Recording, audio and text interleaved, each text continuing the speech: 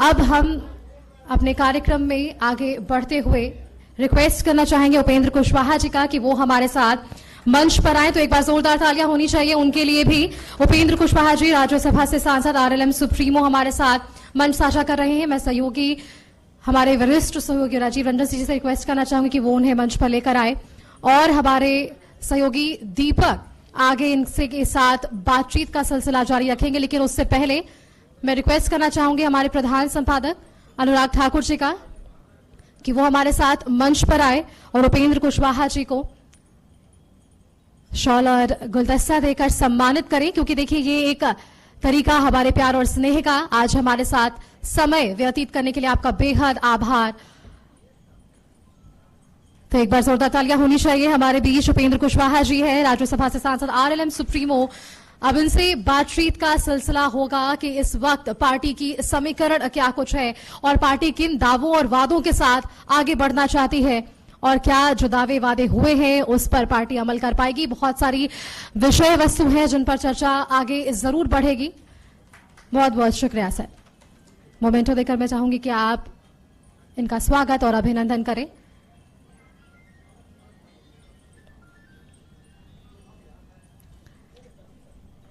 चलिए बातचीत का सिलसिला आगे बढ़ाते हैं दीपक, और मैं चाहूंगी कि उपेंद्र कुशवाहा जी से आप आगे बातचीत का सिलसिला जारी रखें।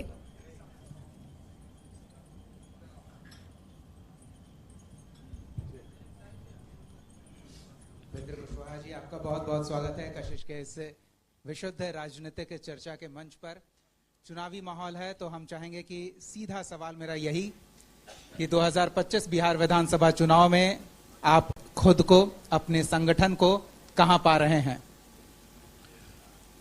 हमारा संगठन और मैं खुद एनडीए गठबंधन का हिस्सा है और एनडीए गठबंधन में सक्रियता के साथ, पूरी सक्रियता के साथ हमारी पार्टी काम कर रही है और एक मजबूत साझेदार के रूप में अभी और चुनाव के बाद भी हमारी पार्टी इस गठबंधन में है और रहेगी। मजबूत साझेदार किस परिप्रेक्ष्य में? जमीन में मजबूत मदद के लिए, बंटवारे में जब सीटों की बात हो तो वहां भी कुछ मजबूती दिखेगी? हाँ, हर जगह, जमीन में भी, बाकी जहां जहां एनडीए की जरूरत होगी वहां, आम जनता के बीच भी, वर्कर्स के बीच भी, सब जगह, उसमें कहीं कोई कठिनाई नहीं। लेकिन जो सीट बंटवारे को लेकर फॉर्मूले की बात हो रही है, उस फॉर्मूले में उपेंद्र कुशवाहा कुछ फिट नहीं हो पा रहे हैं। ये कौन फॉर्मूला है, कहां से आपके पास आ गया? अभी फॉर्मूला की कोई बात ही नहीं है। उसमें उपेंद्र कुशवाहा फिट होंगे कि अनफिट होंगे, इसका कहां प्रश्न उठता है जी। अभी तो पता ही नहीं है कि जो आप कोट पहने हुए हैं उसका साइज क्या होने वाला है। तो पहले ही कैसे पता हो जाएगा कि आपका बॉडी उसमें फिट होगा कि अनफिट होगा? नहीं, और लोग हैं ना, उनके अपने अपने दावे हैं, सहयोगी अपने अपनी मजबूती दिखा रहे हैं।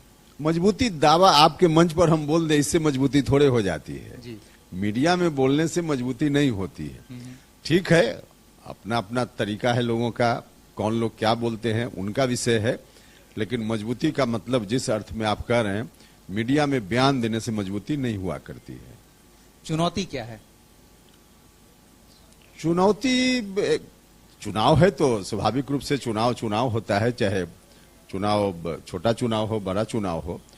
तो इस दृष्टि से हम सब लोग लगे हुए हैं, लेकिन कोई बहुत बड़ी चुनौती के रूप में इस चुनाव को हम देख रहे हैं ऐसा नहीं है, क्योंकि जनता का रुझान एनडीए के साथ है और मजबूती से जनता ही जब एनडीए के साथ दिख रही है तो कोई बड़ी चुनौती नहीं है।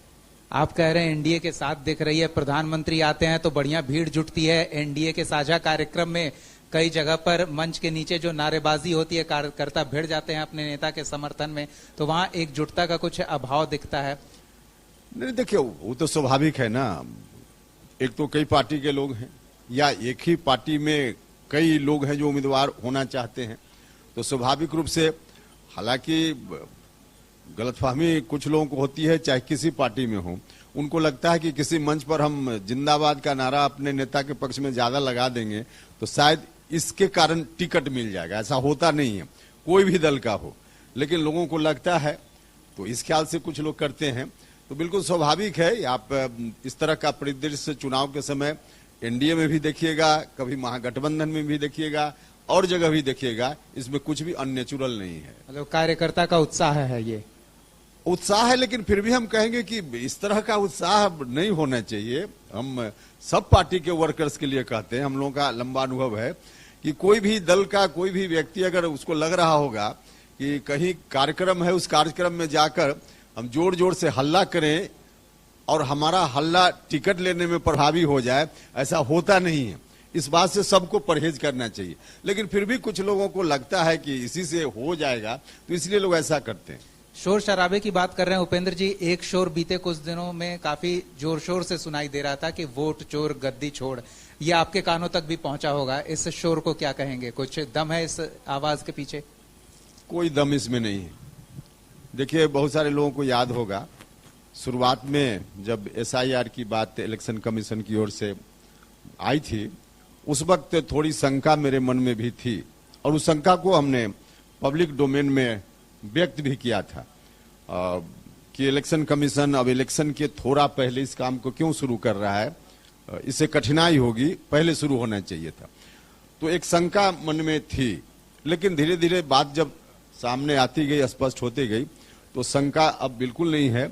इलेक्शन कमीशन ने जो कुछ भी किया है उसमें कहीं कोई कठिनाई नहीं है, और जनता के बीच कोई इशू नहीं है। विपक्ष के लोग शोर शराबा के माध्यम से इस विषय को इशू बनाना चाहते थे। पब्लिक की नजर में कोई इशू नहीं है। जब पब्लिक की नजर में इशू नहीं है, तो फिर इन लोगों के किसी भी एक्सरसाइज का कोई राजनीतिक लाभ इनको मिल जाएगा, ऐसा बिल्कुल नहीं। तेजस्वी यादव को राहुल गांधी की यात्रा का लाभ मिलेगा? तेजस्वी यादव आज से फिर अपनी व्यक्तिगत यात्रा पर भी निकल रहे हैं। देखिए, उस यात्रा से कोई पॉलिटिकल लाभ तेजस्वी यादव क्या, कांग्रेस, आरजेडी, किसी को नहीं मिलने वाला है। जबरदस्त भीड़ जुट रही थी। भीड़ क्या, भीड़ जुटने का मतलब भाई आरजेडी के लोग हैं। एक तो है कि आरजेडी के समर्थक लोग तो हैं ही ना, हम ऐसा तो बिल्कुल जीरो नहीं कहेंगे कि आरजेडी बिहार में जीरो है। बिल्कुल बिल्कुल। तो आरजेडी के जो समर्थक हैं वही लोग कार्यक्रम में हर जगह दिखे, कोई दूसरा नहीं दिखा, वही लोग दिखे। अब उनके कारण आप भीड़ समझ लीजिए, वोट समझ लीजिए, जो समझ लीजिए, तो आरजेडी के लोग हैं ही, तो दिखे भीड़ में। उपेंद्र जी, लोकसभा चुनाव परिणाम के बाद आपने भी एक शंका व्यक्त की थी कि परिणाम को प्रभावित किया गया है अंदर खाने कुछ लोगों द्वारा। अब विधानसभा चुनाव में क्या भरोसा किया जा सकता है? देखिए, कभी आदमी से जाने अनजाने कोई भूल हो जाती है, या परिवार का कोई सदस्य कुछ ऐसा काम कर देता है जिससे परिवार का नुकसान हो जाता है, और फिर आगे कुछ परिवार में दूसरा फंक्शन होने वाला है, तो पहले फंक्शन में जो भूल हुई, कमी हुई, उस कमी से लोग सीखता है, सबक लेता है, और उस अनुभव को समेट करके आगे के कार्यक्रम के लिए बेहतर से बेहतर वो स्ट्रेटजी बनाता है। तो स्वाभाविक रूप से जो हमारा अनुभव है लोकसभा चुनाव का, हमारा अनुभव मतलब एनडीए का अनुभव, उस अनुभव से हम लोगों ने सबक लिया है, और स्ट्रेटजी बनाते समय इसका पूरा पूरा ध्यान रखेंगे, और जब पूरा ध्यान रखकर स्ट्रेटजी बनाएंगे तो सफल स्ट्रेटजी होगी, कोई कठिनाई नहीं होगी। उपेंद्र जी, आप स्ट्रेटजी अपनी बनाने की बात कर रहे हैं, अपने सहयोगियों को संदेश दे रहे हैं कि वो स्ट्रेटजी बनाते समय मेरा ख्याल स्ट्रेटजी अकेले नहीं कोई पार्टी बनाएगी। अगर गठबंधन में हम हैं तो अकेले तो अपनी एक स्ट्रेटजी अलग है, लेकिन चुनाव की स्ट्रेटजी है वो तो मिलकर बनाना पड़ेगा जी। तो एनडीए गठबंधन में हम स्ट्रेटजी की बात कर रहे हैं, तो पूरे गठबंधन की बात कर रहे हैं, इंक्लूडिंग आरएलएम।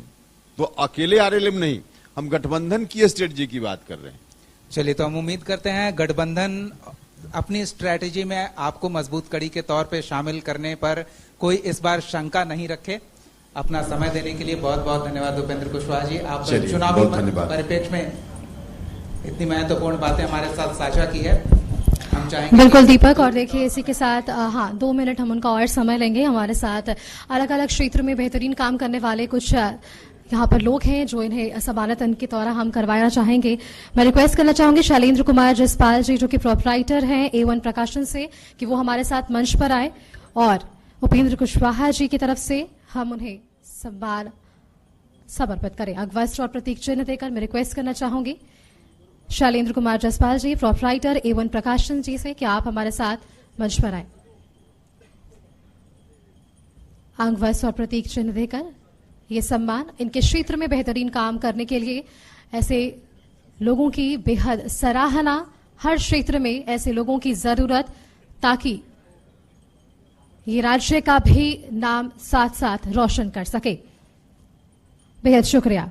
इसके बाद मैं रिक्वेस्ट करना चाहूंगी इंजीनियर आशीष कुमार जी से कि हमारे साथ वे मंच पर आए। सीईओ उड़ान करियर इंस्टीट्यूट पटना।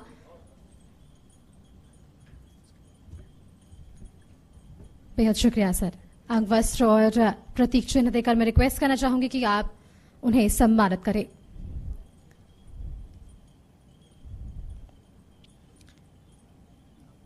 और इसके बाद मैं रिक्वेस्ट करना चाहूंगी श्री अमनदीप कुमार जी से कि वो भी हमारे साथ मंच पर आए ताकि उन्हें भी हम अंग वस्त्र और प्रतीक चिन्ह देकर सम्मानित कर सके। आशीर्वाद इंजीकॉन प्राइवेट लिमिटेड से।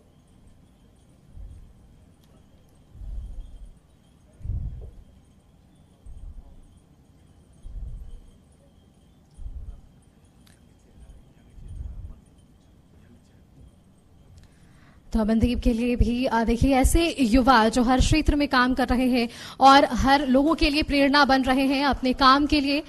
बेहद शुक्रिया आपका भी हमारे साथ आज मंच पर साझा करने के लिए अपना कीमती वक्त। उपेंद्र कुशवाहा जी का मैं बेहद शुक्रिया करना चाहूंगी।